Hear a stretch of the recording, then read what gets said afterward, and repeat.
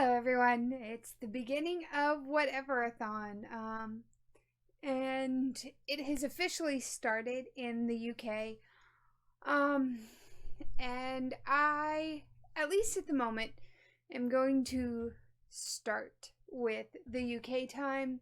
I thought about just waiting and starting tomorrow morning, but I am, at 57% through Crave, which if I read any further tonight, it's going to affect whether I should count it or not. I am going to count it. It is whatever you want-a-thon. For me, I never finish a book. Or very rarely finish a book on the first day of the month. So, or I never finish on the last day of the month to start on the first day of the month, the next month, fresh. So I'm gonna count it. I will probably get a couple hours of reading done tonight. It's only 7 o'clock my time, and so that means I'll probably get maybe 3 hours of reading in if I'm lucky. And I think my Kindle says I have 5.5 hours left, so I'm definitely not going to finish it tonight before going to bed. But that's what I'm starting with. I am reading Crave. I can't remember the author. But it's kind of a more grown-up version of Twilight. It's school for supernaturals, and a human goes there. You find out through the book there's a little more to it than that, but there are dragons, there are witches, there are vampires, werewolves. I think that was it that we've been introduced to so far. But yeah, it's one of the things I really like about it so far is the complaint that is common, that people have with Bella in Twilight, is that she allows herself to be a doormat. The main character in Crave does not. Whenever anyone tries to, kind of push her in a certain way or exude their will on her, she definitely pushes back, and it's like, nope, I'm doing it my way, you can go away.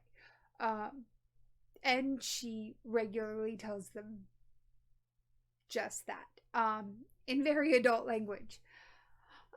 So yeah, that's kind of where I'm at. I'm going to try to get some reading done while these sprints are going on. Maddie is running sprints tonight, just for a little bit, because it is midnight for her, and I completely understand the need for sleep.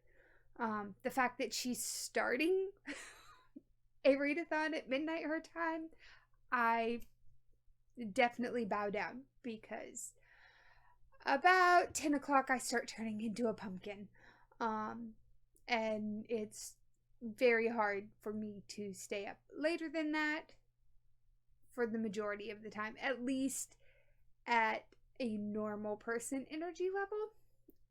So I'm going to go get started. We have about 20 minutes left of these sprints, and just go from there. And I will check in throughout the week, definitely when I finish Crave, and when I start the next ones.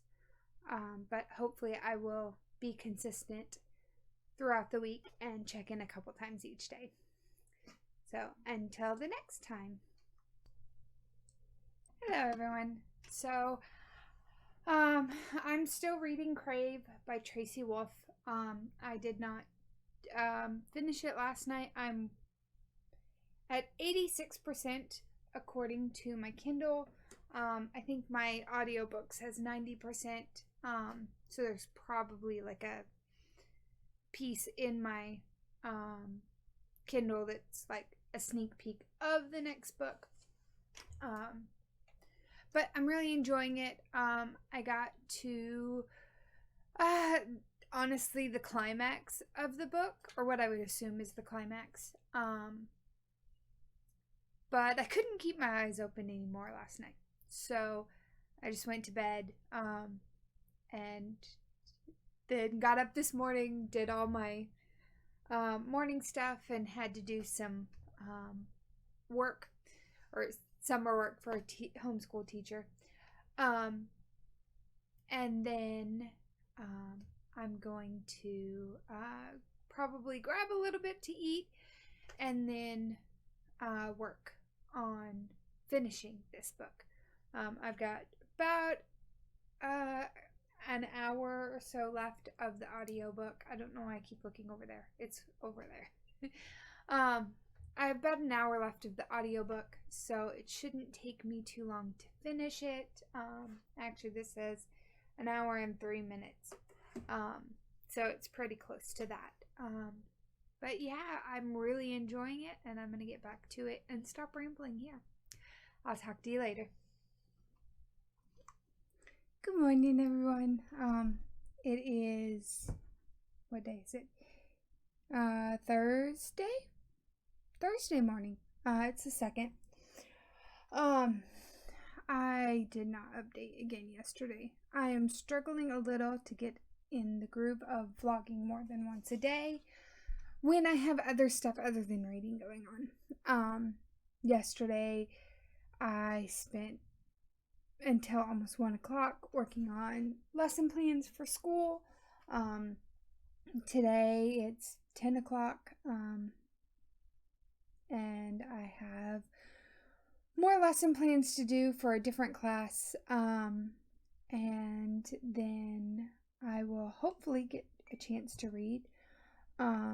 As for yesterday, an update on yesterday's reading, I finished Crave, and then started When You Trap a Tiger. I don't know why I'm struggling so much to think right now. So we had Crave was fun. I started that one with my sister. She was almost done with it when I started it. And now I have to, I guess, convince her for us to read the second one, because I'm not sure how she's content just waiting until later for the next one. Although truthfully, she did struggle through the first one a little more than I did. Having the audiobook really helped me to get through it in just a few days. I started it... Sorry for that noise. I started it on the 28th and finished it yesterday. So it didn't take me but a few days. It took her a few weeks. And I know that's kind of slowing her down from wanting to pick up the next one. But I enjoyed it thoroughly, and it leaves you a bit on a cliffhanger. There are some books that I have read that after the first one, I am completely content with the storyline that happened in that one, and then struggle with the next one. This one I don't foresee that being an issue. But moving forward, I started When You Trap a Tiger. I keep wanting to say When You Catch a Tiger. When You Trap a Tiger. This is a Korean folktale story. A mom and her 2 daughters move in with the grandmother, the mom's mom, and you find out that grandma's health isn't doing so well.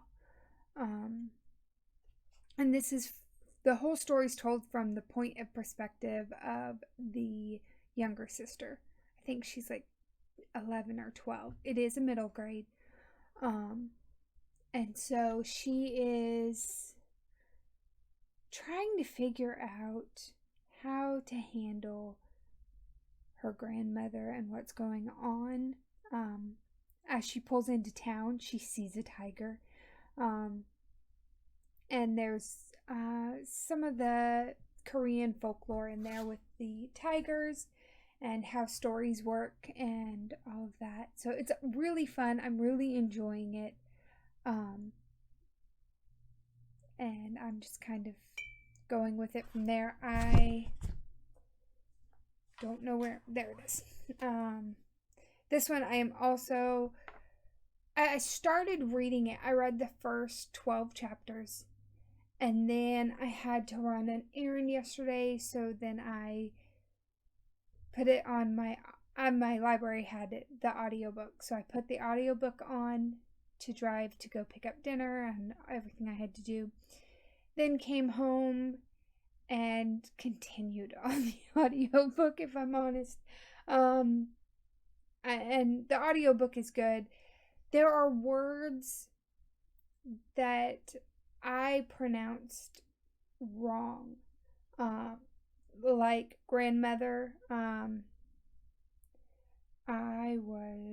Let's see if I can pull up the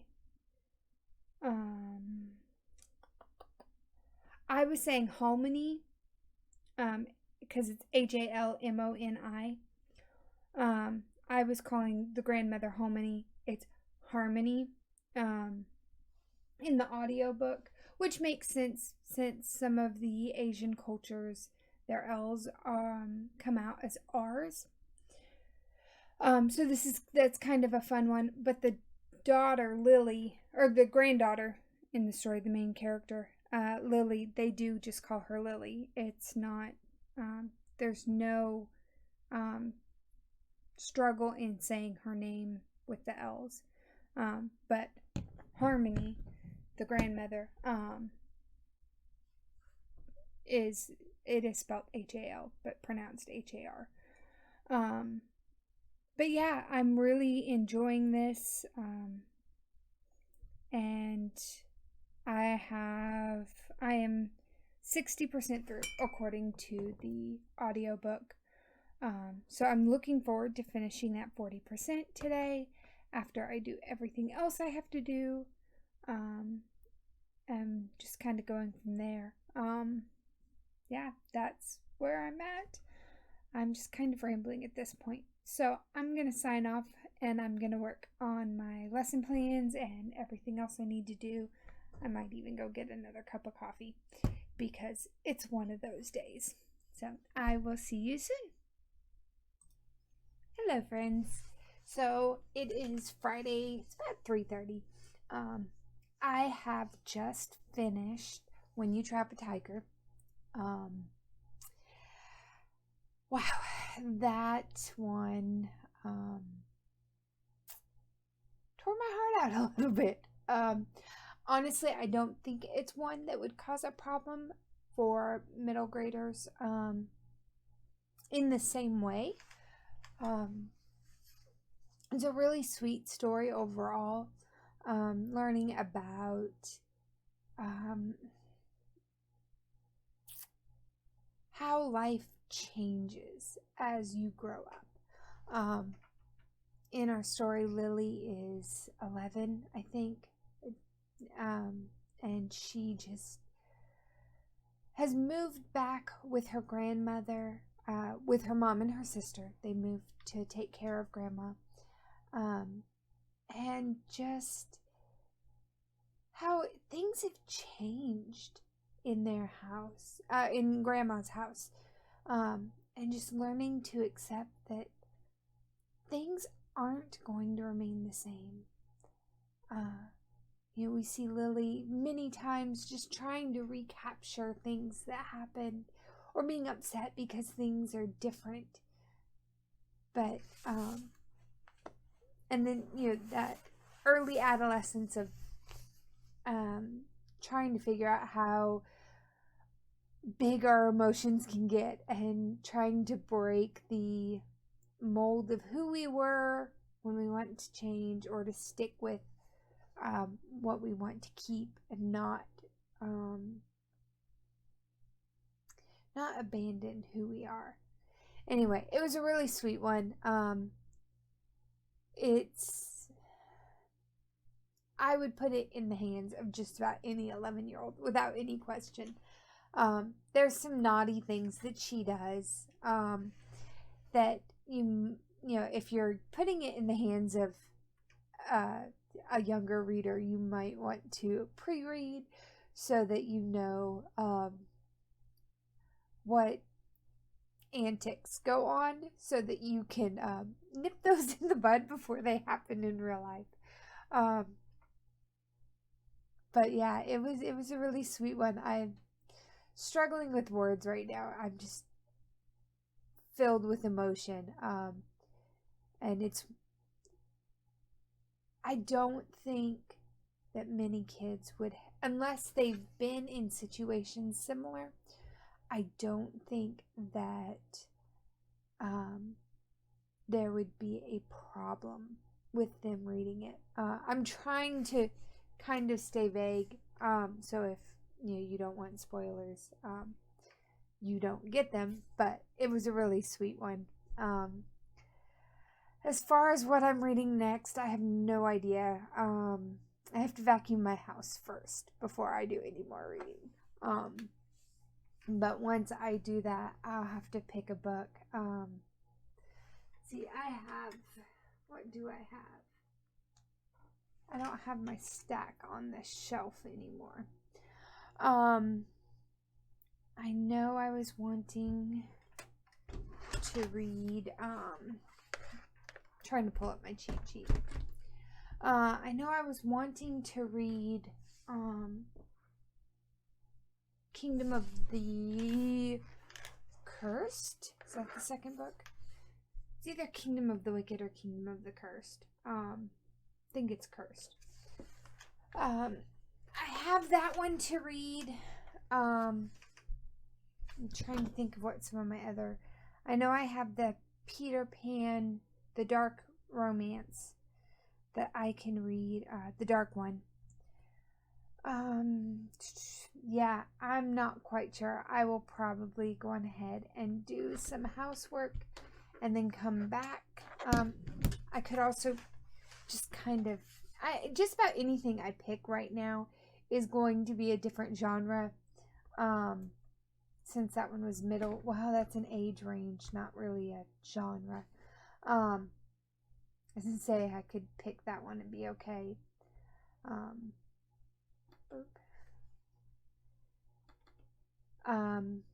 But yeah, this one was a fantasy, or had fantasy elements. It's fantasy and a contemporary. Storygraph has it just as a fantasy, but they are not wrong in the emotional realm.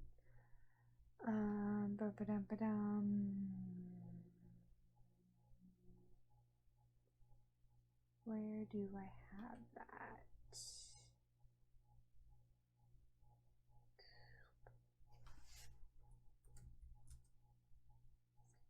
June TBR. Boop. I don't want web results. I want what's on here. There it is. Yeah, so I probably will, move away from fantasy. I might read, 2 Nights in Lisbon. I might,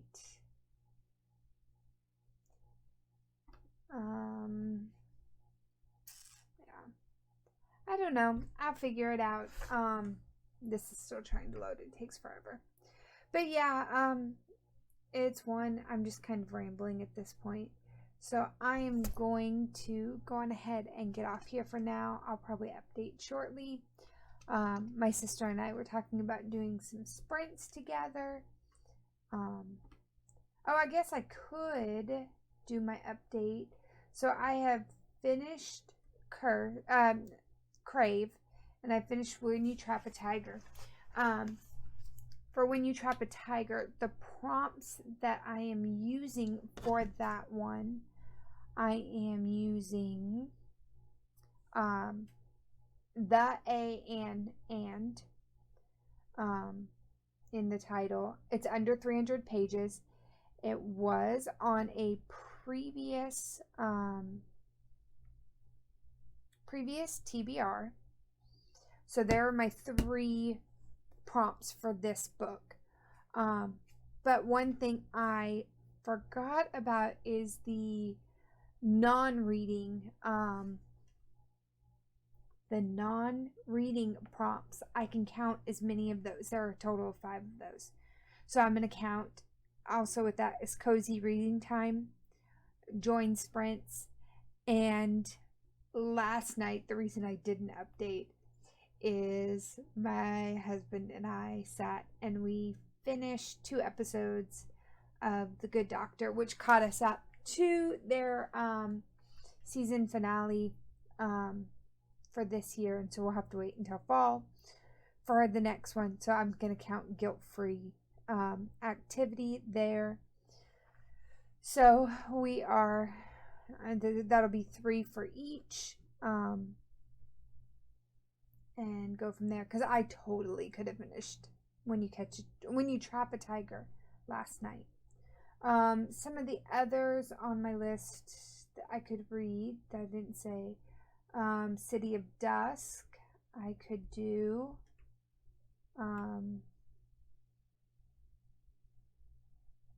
which is the late night crew pick for June. So I could do that one. I also have the Late Night Cruise May pick on my library app. And that one is The Book of Cold Cases by Simone St. James. So I might read that one. I don't know. It's due in 3 days. I haven't even started it. I may just let that one lapse. But yeah, I'm just kind of here. I'm not quite ready, I think, to pick a next book. So I'm going to sign off now that I have rambled for, what is it, probably 5 minutes of that 9-minute clip. So I'm going to get off and go vacuum and do some housework, and then I will be back. Hello. So I picked a book. I was kind of debating. I was going to ask my sister what to read next. But as I typed it, I realized one of the books I wanted to read fell under Last Letter, First Letter. Since I just finished How to Catch a Tiger, I'm going to do Ready Player 2. This is previous TBR as well, and it's continuing a series. So those will kind of be the 3 prompts that I'm looking for on that. I will probably also, again, add in the cozy reading time, sprints, and guilt-free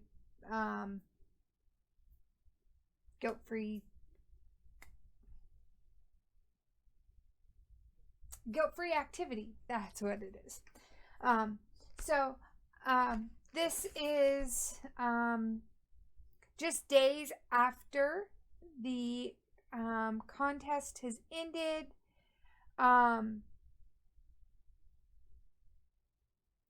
Okay, so just days after the contest has ended, Wade finds another Easter egg, essentially, that changes everything.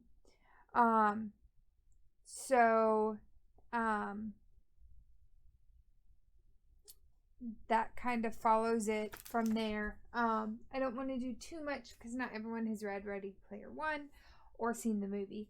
But I am looking forward to this. I really enjoyed the first book because of all the kind of throwbacks. A lot of the things that it threw back to were things that I remember as a kid. And a lot of them were just fun. Nintendo system, the original NES. And then further, Super Nintendo, all that. I loved playing on those. So a lot of the stuff in the first one was kind of that 80s throwback. And this one, I hope, continues in that. Now, saying that, I have heard some not great reviews on this one and how it doesn't really deliver the same as Ready Player One did. So I'm gonna shoot for it and see.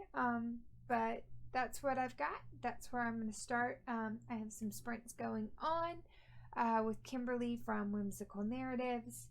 So I'm gonna go read and try to knock at least. Let's set a goal. Why not?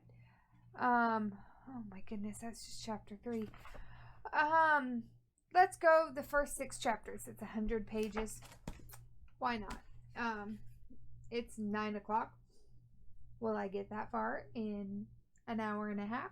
Probably not. But it'll be a good time. So, I will check in later. Good morning. It's Saturday. I got about 50 pages read yesterday of Ready Player 2. I'm enjoying it. There's a little more 90s in it than 80s, so that's even more fun for me because I remember more of the 90s than the 80s since I was above the age of 4. But it's been a lot of fun. That's just, there's a couple references. There's some Doctor Who references, which, lights up my world. But yeah, I'm having a lot of fun with this. I just lost my train of thought. But I am only 50 pages in. I can see why some people would not be as into it. It does cover more time. It's a little more jumpy. But that's understandable for what's going on. I think because of when we meet Wade, we forget how much time it took for Holiday to set everything up, how long that contest was going on. Because there's so much, it's technology and it's evolving. And then in this one, we start out and we get a new riddle pretty soon off. And this is just after the last one finished. It's been just a couple years. And so the book's going to have to encompass more. One thing that I don't really like is, if I understood correctly, at the 50-page mark, it's been 6 years or so, and Wade still acts like a teenager. There's not a lot of growth on his part from when we meet him in the beginning of the first book to now. At least I feel that way. It felt like the first book, if I it's been a couple years since I've read Ready Player One. So I may just not be remembering right, but I feel like the book took place in just a couple years, or over a couple year span. And we're 50 pages in this one, and we're already 6 years or so from the end of Ready Player One, and he doesn't act any older. He doesn't act like he's learned anything. he's self-sabotaging and falling into old patterns, and I'm just like, dude, you're in your 20s, act it. So, yeah, that's kind of where I'm at. I did not, it's got its pros and cons, but I also think that if you know them going in, many of us can adjust our expectations and still get a good ride from it. So I am going to eat some breakfast, and, well, I guess technically it's brunch. It is 11:30. I'm going to eat, and then I'm going to do some Bible time and my other stuff to get the day started. Excuse me. And then go from there. Hopefully I will get a good section done today, and hopefully I will check in later today. I don't know exactly what's on our agenda, but I know my daughter's hoping for a library trip since the summer reading program starts today. So we will have to see and go from there. Hello, friends. It is Sunday morning. I'm just doing a quick check-in. I have been reading Ready Player 2. I actually pulled out my the audiobook for this one and listened to the audiobook while I did a lot of crochet yesterday. I won't lie, the book spent open most of the time, and I kind of flipped to keep up with where the story was going, because especially in some of these chapters, there were some symbols and things that the audio tried to explain, and the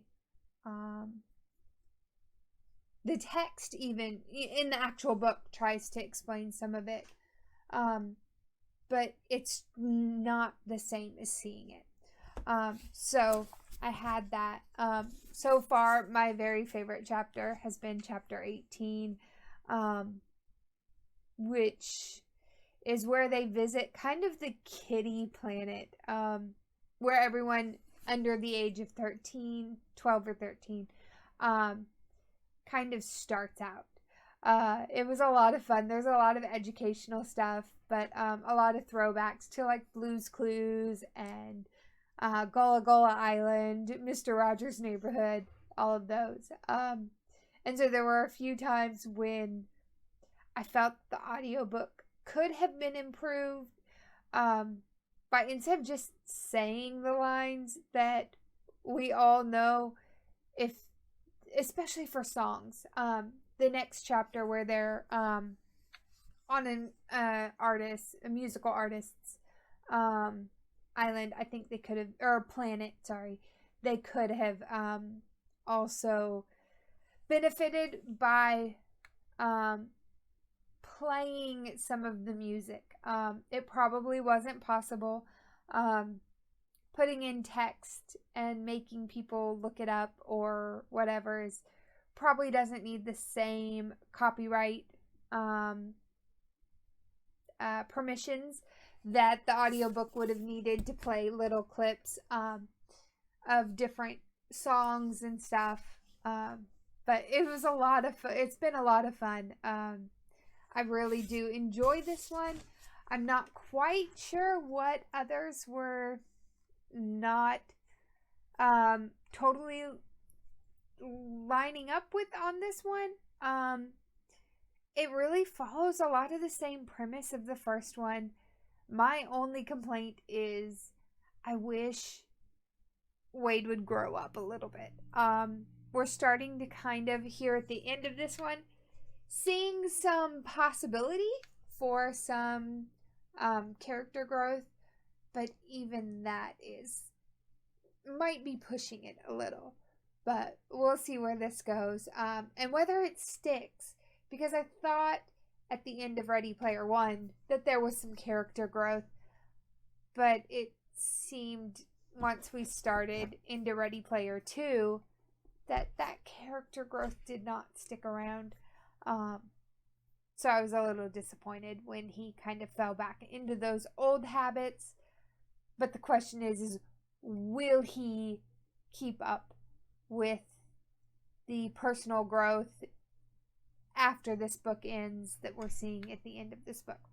Who knows? It is a book, and you gotta have some of those character moments for plot development and all of that. So, but that's where I'm at. I'm probably going to get my video edited to put up today for May's TBR, and then I probably will get Ready Player 2 finished and do some more crochet.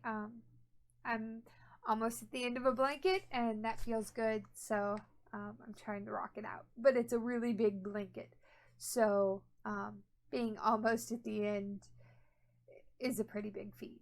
So I will check in later. Hello, everyone. It is Tuesday, late afternoon. I have not updated since Sunday because I spent most of that time since then trying to get ready for our open house. We had orientation this morning, and I just did not feel prepared. I did finish Ready Player 2. I did enjoy that one.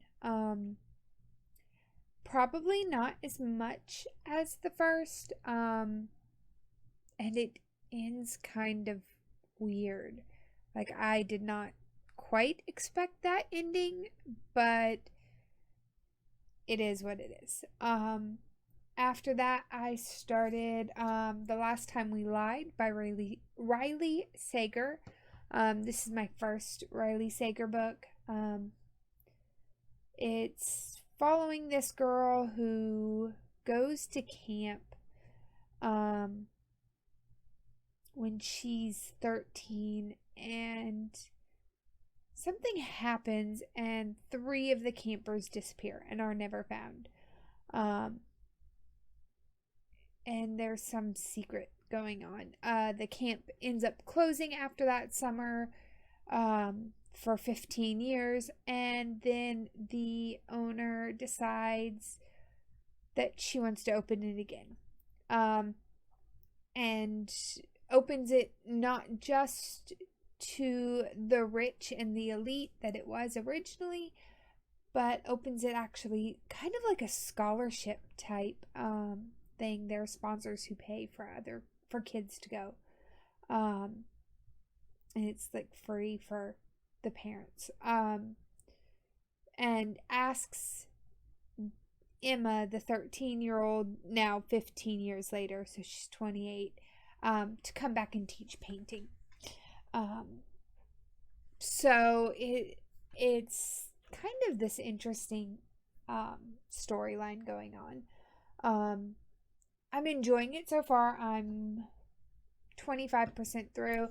I'm going to continue listening to it while I set up my grade books for the year, just so that that's taken care of. And I can get my school year kind of ready to roll come September. So that's kind of where I'm at. So I will check back in tonight with an update and a kind of closing so that this can go out tomorrow with an update of where I'm at after the first week. So I will see you later. Good morning. It's Wednesday. I did not update yesterday or last night. Like I said, I was going to. After orientation yesterday, I was just exhausted. So, I did read a little or listen to a little bit of Riley Sager's Last Time I Lied. I am currently 40% through it. But after dinner, I was too tired to do much of anything. I actually sat and watched some Supernatural and called it a night. So it's it is what it is, you know. But this week I did finish 3 books. I read Crave, I read How to Trap a Tiger, I read Ready Player One, and then started The Last Time I Lied. To have 3 books done in the first 7 days and 40% through a fourth, I'm gonna call that winning, especially for it being orientation week and everything else. So I'm gonna wrap this up here. So let me know how your Whateverathon week is going. Just leave a comment below, like the video if you enjoy this kind of thing. And if you enjoy what I bring, please subscribe. I'll talk to you later.